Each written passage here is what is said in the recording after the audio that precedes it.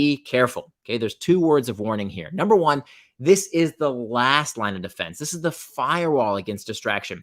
It will not work. These packs do not work if you don't first do the other 3 steps we discussed of mastering internal triggers, making time for traction, and hacking back external triggers.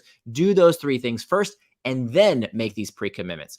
The other word of warning has to do with the fact that some people, when they fall off the wagon on the path to becoming indistractable, some people have a really tough time getting back on track. Now, who are those people? Those people tend to be people who do not offer themselves self-compassion. We know that people who are self-compassionate are much more likely to reach their long-term goals. So how do you cultivate self-compassion? It's actually quite simple.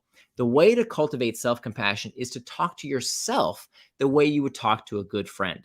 So if I had told you about what happened with my daughter, that I was embarrassed, that I was distracted when I blew this perfectly wonderful moment with my daughter, would you tell me that I'm a horrible father, that I'm a terrible human being? Not if you were my good friend, you wouldn't say those things. And yet that's the kind of stuff I would tell myself all the time. And you know what? It wasn't helpful and it wasn't true. And here's what else isn't true. This idea that technology is hijacking our brains, that it's addicting everyone, that there's nothing we can do about it. That is not helpful and not true. There is so much we can do. We can master those internal triggers. We can make time for traction. We can hack back the external triggers, and we can prevent distraction with packs. So what I want